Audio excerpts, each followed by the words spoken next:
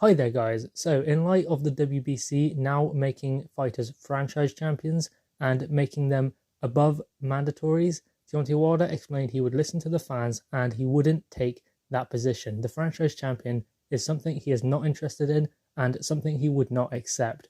But promoter of Anthony Joshua, Eddie Hearn, has explained that Wilder will definitely backtrack on saying this. He had this to say to Sky Sports.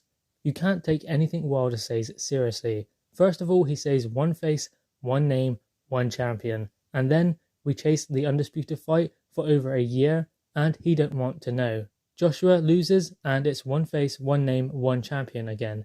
Now he says he'll turn down the franchise belt.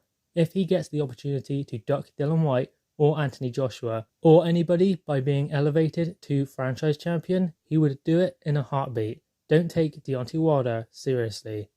Now, there is no secret that Deontay Wilder does not want to fight Dillian Whyte. Now, obviously, there has been back and forth between Deontay Wilder fans and Anthony Joshua fans, and even the promoters, Eddie Hearn and Al Heyman, who hasn't really got involved, but obviously Shelley Finkel or Shelley Winkle, whatever you want to call him. We had all of that for over a year now, and the fight didn't get made. It was this guy, it was that guy, it was this person, and at the end of the day, doesn't really matter who doesn't want to fight or who wants to fight, because we are done worrying about that. We are done arguing who didn't want to fight. We just wanted to see it. And at the moment, it's completely irrelevant, that fight, Anthony Joshua and Deontay Wilder, because Anthony Joshua needs to regain his titles to make that fight a possibility anyway, by beating Andy Ruiz Jr. And obviously Deontay Wilder has to come through Luis Ortiz first, before considering any unification bouts. So, at the end of the day, if Deontay Wilder does turn down the franchise situation, then he has done something that we never believed he would. Because, I mean, Deontay Wilder is undefeated, but he hasn't really fought high level of opposition other than Luis Ortiz and Tyson Fury. And I believe he lost the Tyson Fury fight. So the only credible win on Deontay Wilder's record is legitimately Luis Ortiz. So Deontay Wilder, if he has the opportunity to swerve at some mandatories, like say Dillian Whyte, maybe even Tyson Fury, then I'm guessing that he would do that. Although he has signed to fight Tyson Fury. So that fight will go ahead February 22nd, if all things go well. But the thing that sticks out for me most, even more than the Anthony Joshua fight, is the Dillian Whyte fight.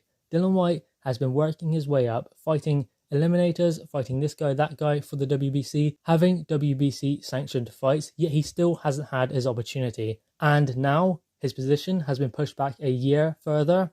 So Dillian Whyte is no longer going to be fighting WBC sanctioned fights, I don't believe. I don't believe he should. Why should he pay their sanctioning fees? And if they make Deontay Wilder franchise champion or Tyson Fury, there will be some other reason why Dillian Whyte cannot capture the WBC world title.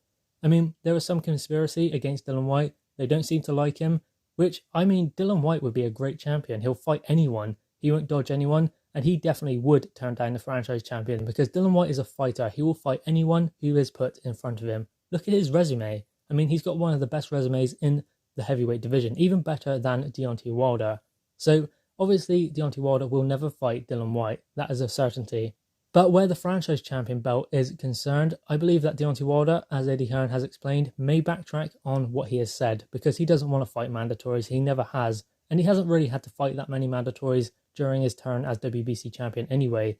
His last mandatory was Dominic Breazeale. It should have been Dillian Whyte, but it was Dominic Breazeale. So by giving Deontay Wilder the franchise champion status, that would offer him the opportunity to avoid all the mandatories he wants to. And the WBC have never been strict with Deontay Wilder on his mandatories anyway.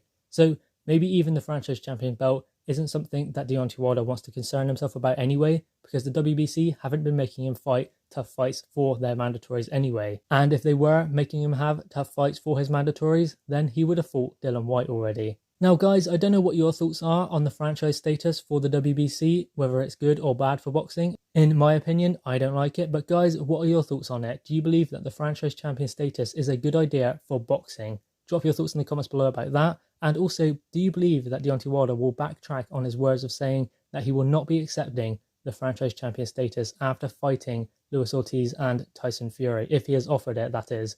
Drop your thoughts in the comments below, guys. Click the thumbs up and subscribe if you are new. Thanks, guys.